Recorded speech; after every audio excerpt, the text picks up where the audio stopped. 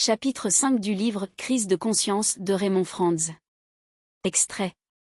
Puisque toutes les sessions du Collège central se déroulent entièrement à huis clos, seuls ses membres sont témoins de ce qui s'y passe. Mon commentaire. Je remets ce rappel qui figure souvent dans le livre et pour cause.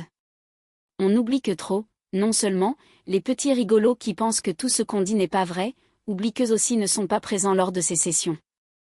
Par contre Raymond lui, y était. Je devance les raisonnements de certains qui diront, mais dans d'autres religions, les réunions sont à huis clos aussi. Oui et alors ? Déjà, est-ce une raison ? Par ailleurs les autres ne se réclament pas du vrai christianisme haut et fort, où on s'attend à de la transparence. Retour aux extraits. Est-ce une raison d'exclusion ? Mon commentaire.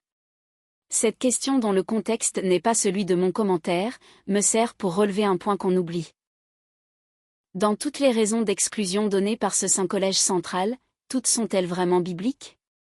Un examen honnête permet de répondre par la négative et en particulier sur leur définition bateau de l'apostasie.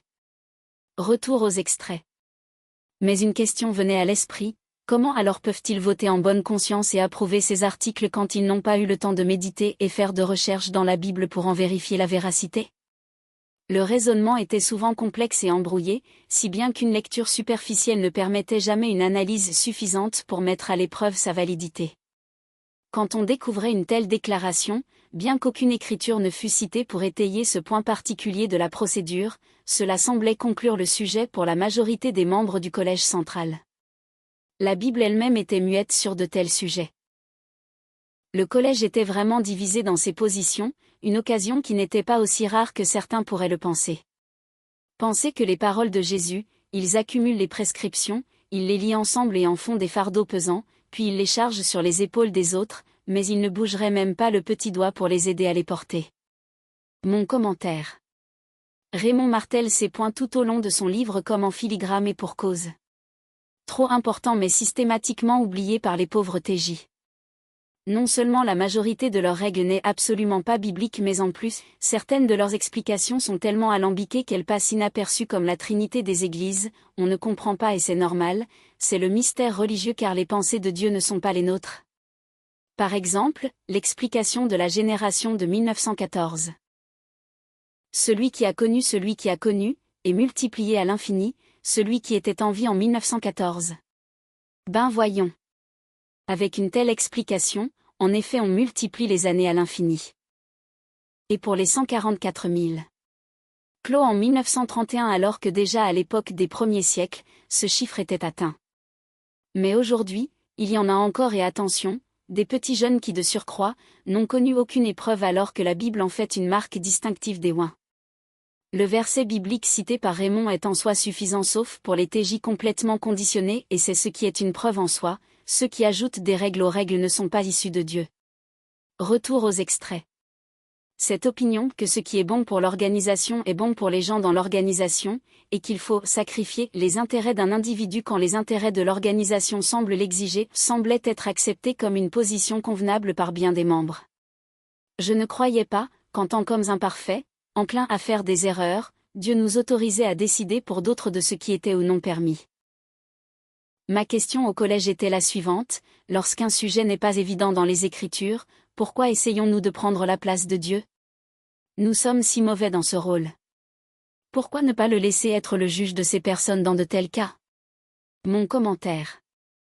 Nos commentaires mais hyper importants. Retour aux extraits. Le test de sa substance est le droit d'être différent.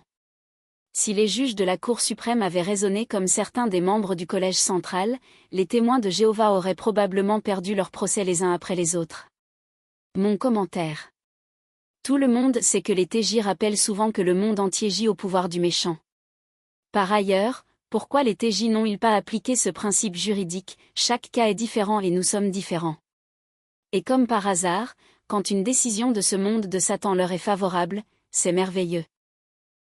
Alors évidemment, on ne va pas pleurer mais dans ce cas, pourquoi faire appel à lui ? Pourquoi ne pas appliquer la petite règle qui est la leur et qu'ils n'hésitent pas à rappeler quand on fait appel à eux pour une injustice qu'ils peuvent tout à fait régler, je précise, fais confiance à Jéhovah car il a tout vu et interviendra en son temps. Je demande donc pourquoi cette règle ne s'applique pas dans tous les cas. Retour aux extraits. Le service civil est un substitut du service militaire. C'est tout à fait évident. Ce n'est cependant pas une raison pour le refuser. Lorsque nous refusons une transfusion sanguine, nous sommes reconnaissants envers les docteurs qui nous ont administré un produit capable de remplacer le volume sanguin.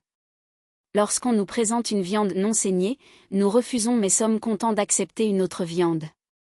Mon commentaire.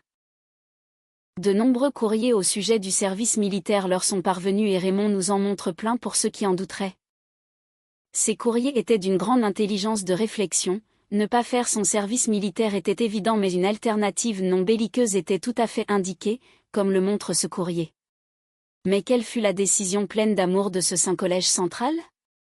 Retour aux extraits pour la réponse que nous autres anciens TJ connaissons fort bien. Il y avait une majorité des 2/3. Fions le changement ? Non. Des milliers de témoins, surtout de jeunes hommes, ont passé du temps en prison pour avoir refusé d'accepter différentes formes de services communautaires comme alternative au service militaire. Le fait qu'il ait fallu quelques 50 ans à l'organisation pour qu'elle en vienne finalement à ne plus intervenir dans ce domaine de la conscience personnelle est certainement significatif.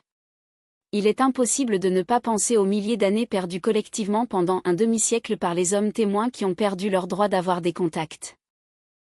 S'ils avaient avoué franchement leur erreur, non seulement une erreur de doctrine, mais aussi d'avoir empiété injustement sur le droit de conscience des autres, et s'ils avaient manifesté du regret. Plutôt que de présenter des excuses franches, l'organisation semble au contraire penser qu'elle mérite d'être applaudie pour avoir effectué ce changement. Même une erreur, si c'est une erreur de la Watchtower, est présentée comme étant salutaire. Rien n'indique que Dieu guide son peuple au moyen d'erreurs.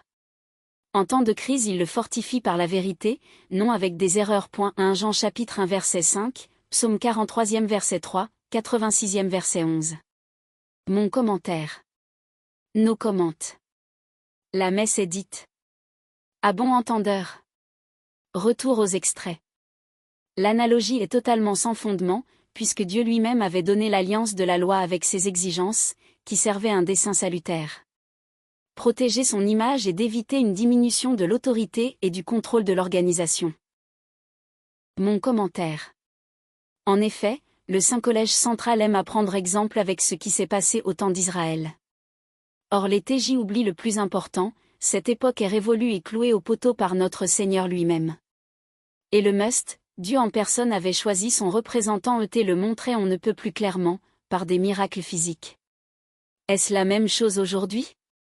Que nenni, et en plus on voit ces TJ se tromper, ajouter des règles aux règles, ne pas présenter d'excuses et parjurer devant les tribunaux.